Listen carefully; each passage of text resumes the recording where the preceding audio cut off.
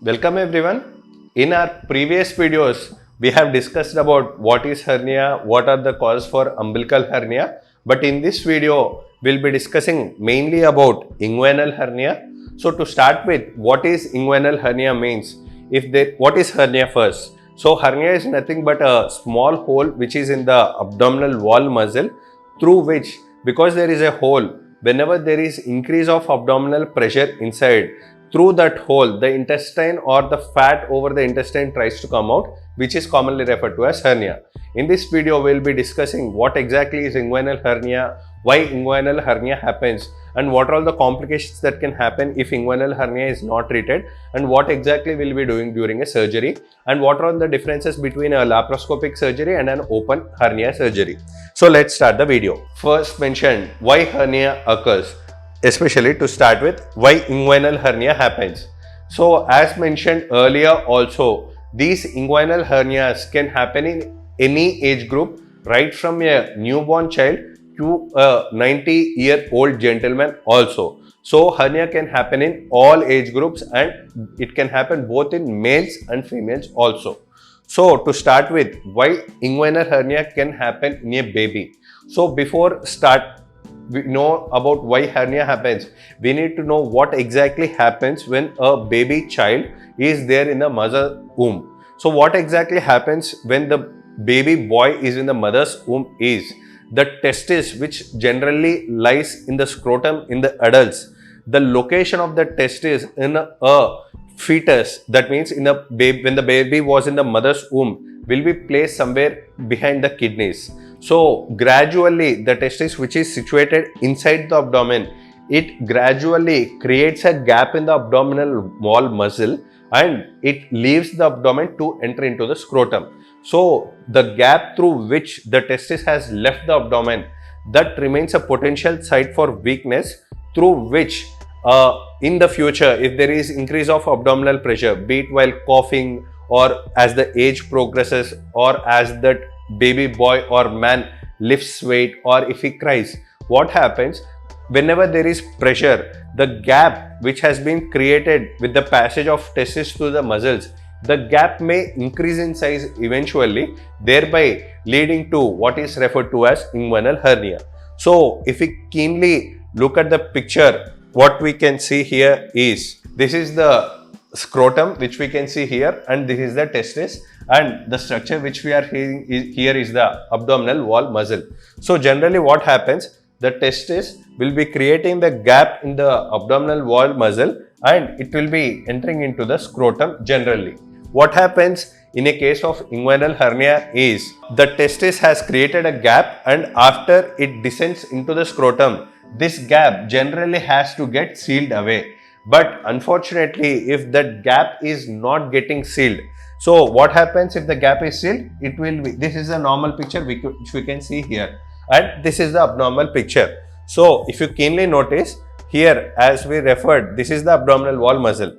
This muscle has closed after the testis has descended in this picture, but the same muscle didn't close here. So here you can see this gap.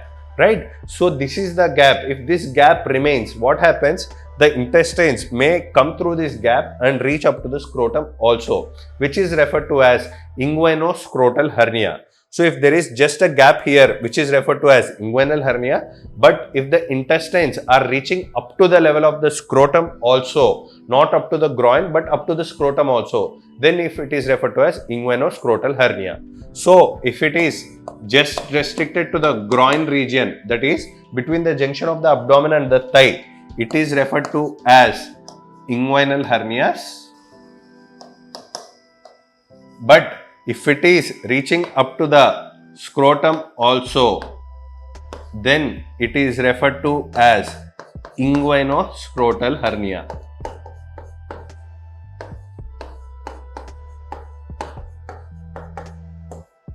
So as discussed, this will be the reason for inguinoscrotal hernia. So here you can appreciate it further. So this will be the general, this is the intestines and this is the muscle and this is the testis.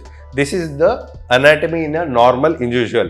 But what happens in a case of inguinal hernia, this is the muscle and here you can see there is a gap in the muscle through which the intestines are trying to come down. So if it is not reaching up to the level of testis, it is referred to as inguinal hernia. But if the intestines reach up to the level of testis, then it is referred to as inguinoscrotal hernia.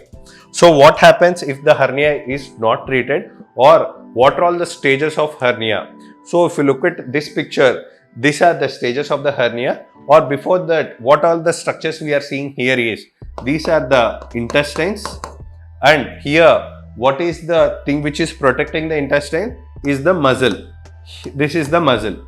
So as mentioned, what is hernia? There is a gap in the muscle, as we can mention here, because here you can see the brown part, here you can see the brown part, but in between you are not able to see any brown part because there is a gap in the muscle through which the intestines are coming out. The same picture, if you can compare here, the gap in the muscle has increased compared to this picture, and the intestine has started coming down, thereby creating a bulge over the skin also. This is the reason for the bulge, especially in a hernia cases. What happens if this is not treated at the right stage? The intestine still further pushes the skin, as you can see here. Here you can see a very small bulge, but here you can see a very big bulge, because the gap in the muscle has increased and the lot of intestines has started coming down.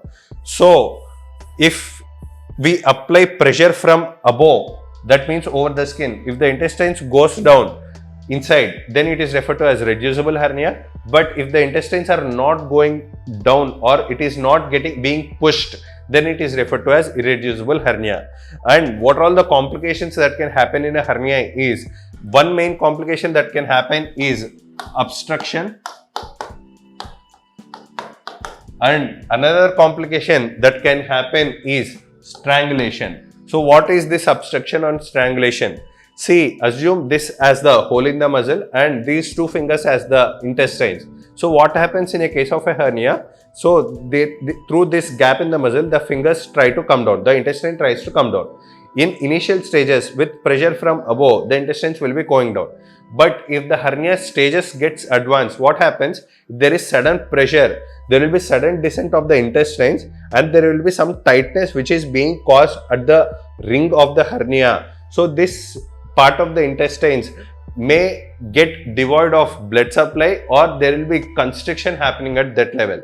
Just like the way, if you wear a tight ring to the finger, we can feel that tightness, and eventually this part of the finger may not get enough blood supply. In the same way, if the constriction compromises the blood supply to the intestine, that leads to a very dangerous condition called as strangulation. So what happens if the intestine is completely devoid of or cut off the blood supply by this hernia? So the intestine starts drying, and intestine being a tubular structure, it may get ruptured at few points, thereby leading to spillage of the contents inside the abdomen. So thereby leading to fatal condition, because the literally poison like condition thing is getting spread into the abdomen because of the intestines dying. So to prevent all these complications from happening, any patient diagnosed with a hernia requires a surgery. So what exactly we'll be doing in a surgery of a hernia is, so as we mentioned, what is hernia? There is a gap in the muscle through which intestines are coming out. So what we'll be doing in a hernia surgery is, we'll be pushing back the intestines, and the gap through which the gap in the muscle will be closed, and to prevent this thing from going again, or to prevent the intestines from falling down and to strengthen the weakened muscle, we'll be placing something called as a mesh inside the abdomen to the muscle, so that this mesh strengthens the weakened muscle, thereby the chances of hernia happening are very low. So in this way, we can treat the hernia and we can prevent all the complications of the hernia. And all these procedures will be done by laparoscopically. So what is laparoscopy and what is the advantage of laparoscopy when compared to open surgeries are, unlike in open surgeries where big incisions are needed, in laparoscopy there won't be any need for an incision at all.